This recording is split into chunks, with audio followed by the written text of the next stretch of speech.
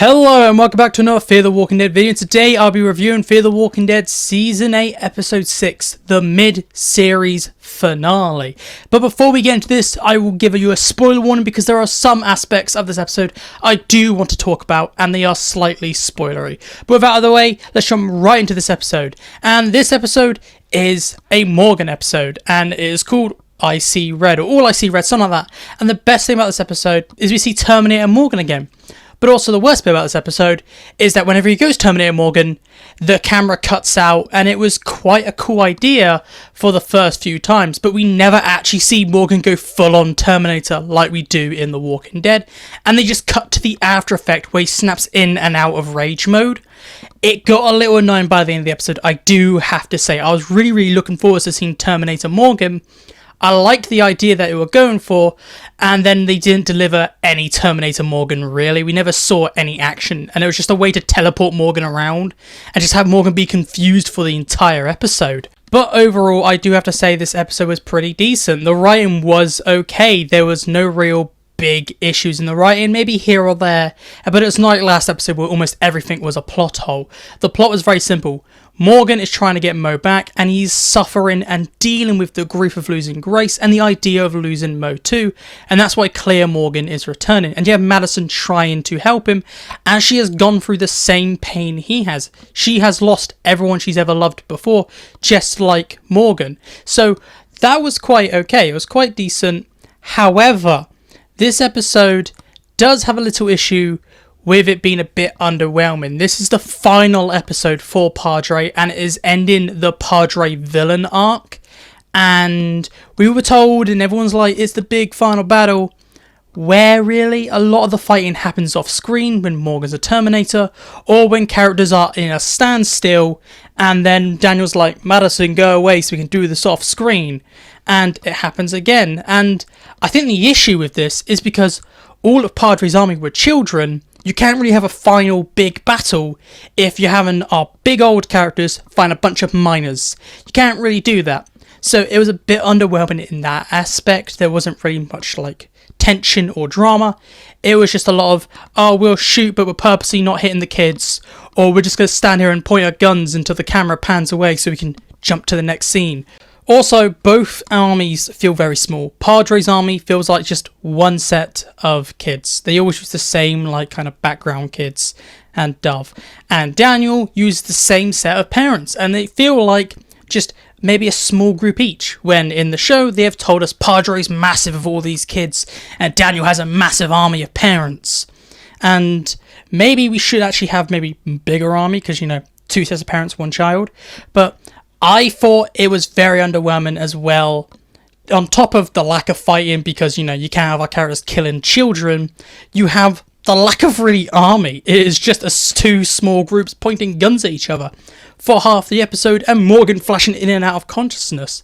But what really makes this episode work is Morgan. He really carries this episode. Even though by the end of the episode I was having an issue with Morgan going in and out of consciousness and seeing rage mode and then not seeing it again, it was quite entertaining with Lenny James. He acted his ass off in this episode, and you can really see it. There's also a moment in this episode where I'm like, are they actually going to kill off Morgan? And that was the moment I realised, wait, we haven't seen Morgan in any other shots past episode 6. We've seen a few shots of like the next 6 episodes, sorry. But we haven't seen many shots of Morgan. I'm like, are they going to kill off Morgan, or is he going to be written out in some way? And thankfully didn't kill him off, but you really did believe maybe this was the end for Morgan, because it does really finish his arc. And I will talk about it later, because this episode is perfect for Morgan fans. It really gives Morgan's story a nice ending. And that Morgan stuff really carries this episode, because there are some big downs in this episode. One is that Padre is now over, and it was quite a terrible villain. They weren't really that villainous. We found out all about them in this episode 3, and then since then they've done nothing, and then bam, it is over. Madison takes over Padre and stuff like that, and it's set up for the next back half, which I do want to talk about in a separate video altogether. But Padre himself, both characters, Shrike, and I think the other one's Crane, bruh, they didn't even actually get on-screen deaths, or they just kind of go, nah, go away, we'll let you go do that thing. Crane is blah. I don't know why he exists. They could have just given his role to Shrike and maybe give Shrike a lot more to do, because Shrike really disappointed. These characters were just misguided people. They weren't really villains. And it's a very weak start to the final season to have these be your big bad for the first half. It's a bit like the Reapers for the final season of The Walking Dead. You have these cool idea on paper, and in execution, they were that was a bit underwhelming. What, is that all they did? Oh, that's how the main villain goes out? In such a lame, pathetic way? No big glory thing, no, just falls over and then, gets eaten and stuff like that. Oh, that's pretty bad. Yeah, the ending for Padre, I am not happy with. It was way underwhelming. And also, just dropping the cure arc. Yeah, we set up this thing, there's a cure, we can do it. We saw Alicia do it, and Alicia has been confirmed to survive the bite by the showrunners after the end of season 7. Then you get a tease with June finding a cure, Finch recovering from a bite, and then I have a whole theory, and then it's just dropped down the drain. June just gives up. She's like, well, it didn't work. I could try and find a new way because I found progress. If I give them this much radiation, they last about a week longer. Nah. June's like, well, I give up now. I'm not going to do it anymore. And this really frustrates me because this was such a great premise. I was really behind the cure/treatment idea and that story arc, and it is just dropped because it just doesn't work immediately like June wants. She found a way to extend someone's life just because it didn't work. On the first time, she didn't give them this much radiation and it gave them an extra week. She gives up, and it's yet another thing that the writers of Fear dangle in our face. We go, oh, that's a good thing. Oh, these writers might actually have a tiny bit of talent, and they're like, nah, we give up halfway through the plot. We don't want to give you anything.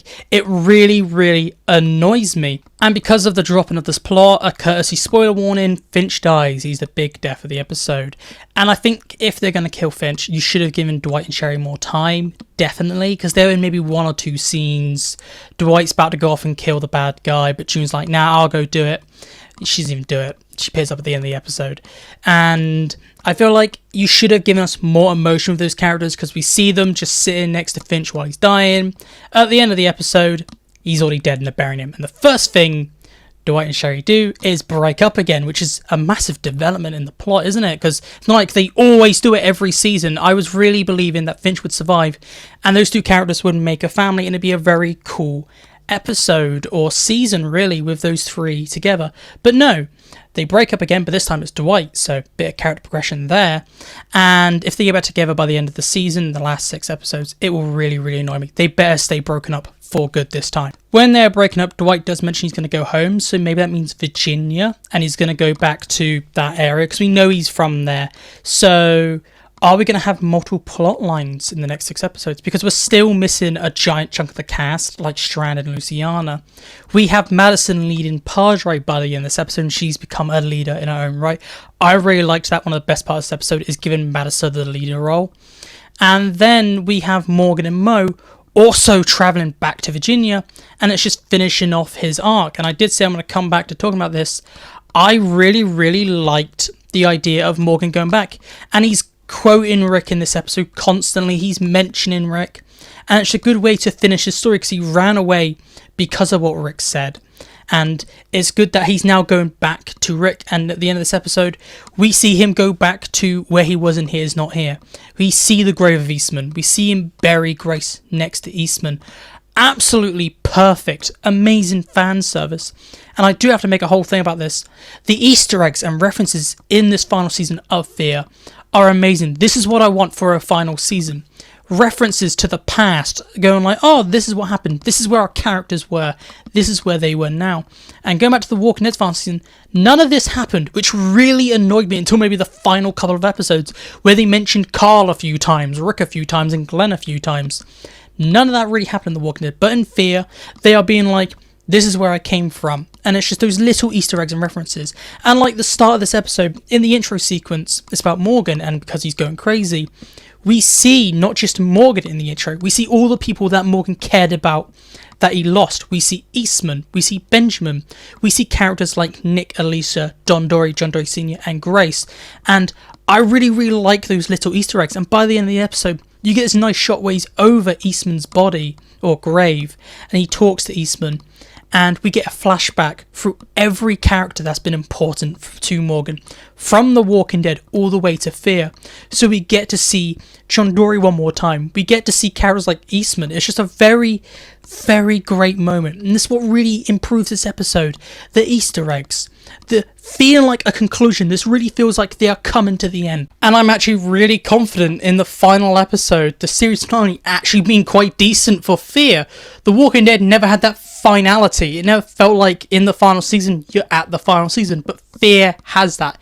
It might have some quality issues, but I feel like we're actually going to get a satisfying conclusion to our characters in this show. There is talk that this is the final episode of Morgan, and if it is, I'm going to be really sad. Sadly, it does look like it, and I'm really hoping all this talk and everyone being like, yeah, it's the final episode, it's wrong, kinda. I hope we do see him one more time, but this is definitely the best ending you could give Morgan. It is absolutely perfect. His story is finished.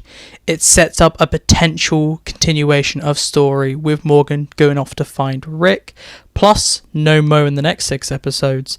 But it is a great send-off for Morgan if this is the final episode. I am really, really hoping we'll see him one more time in the next 6. It just doesn't look like we will, sadly, and with Lenny James talking about how he's done with Morgan, hopefully we will see him again, but it just doesn't look promising. I'm just going to hold on to hope and not listen to everyone else saying it's his final episode. It could be, but I'm going to hold on that we could get a cameo in the final episode of maybe Morgan just getting to Alexandria. I really hope we get one more cameo of Morgan. And the final part of this episode, as this episode just keeps on giving, the final 10 minutes of this episode are just give, is that we see the return of Troy. We don't see him by face.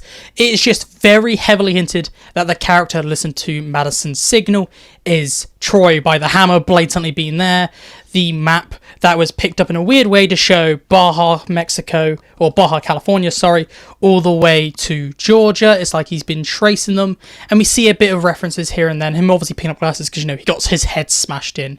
Hopefully, they answer how he survived Season 3's events. And think about it, we haven't had an answer for how Madison survived Season 4's events, so hopefully the back half does answer both of those things.